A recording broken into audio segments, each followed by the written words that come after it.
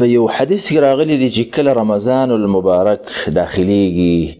د الله جل جلاله د طرف نه یو ملائک आवाज کوي یا باغی الخیر اقبل و یا باغی الشر ادبر. اے د خیر طلب کوونکې مخامخ شه راوړاندې شه، اے د شر طلب کوونکې، اے شر کوونکې انسانه، شر پسې ګرځېدونکې انسانه، اقصر نور بند شه. د الله نه ویریږه په دې میاشت کې.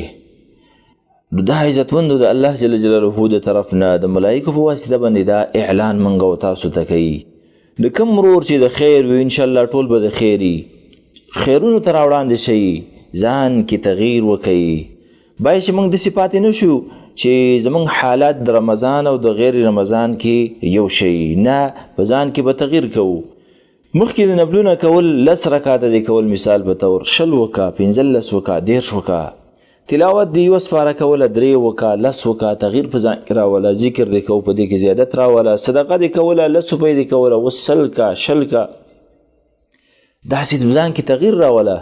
نبی صلی الله علیه وسلم په دې میاشت کې داسې سخا کوونکی و، وایي د تیزې سیلۍ نه به ډېر سخا کوونکی و، هر څه به ورکول. او همدغه رنګې هغه کس هغه نافرمان چې په شر کې ځان اخته کړی دی، اقصر نور بند شه، ځکه که بند نشي نو د الله په غضب به ککړ شي او ابدي به بدبخته شي. نو په دې وجه باندې هغه ورونه، هغه مسلمانان چې په شرونو کې ګناهونو کې ځانونه نغښتي دي، د الله نه دې ویریږي او په ځان دې رحم وکړي، په ځان دې رحم وکړي، د دې نه دې بند شي، ګناه دې کوله د هغې نه بند شه، لوبې دې اورېدلې، ډنګ ټکور دې اورېده د هغې نه بند شه، سګرټ نسوار کې د هغې نه بند شه،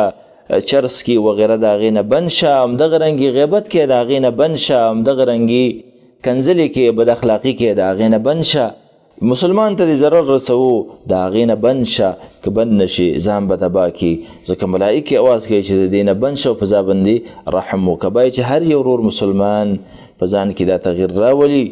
او دغه حدیث محسوس کی، دا مخې ته ودرئ چې ملائک اواز کوي چې اے خیر کوونکې را مخې ته شه، راوړاندې شه، نورم جلتی وکړه، اے شر کوونکې د شرونو نور ځان بند که او د الله په رحمت کې ځان داخل که.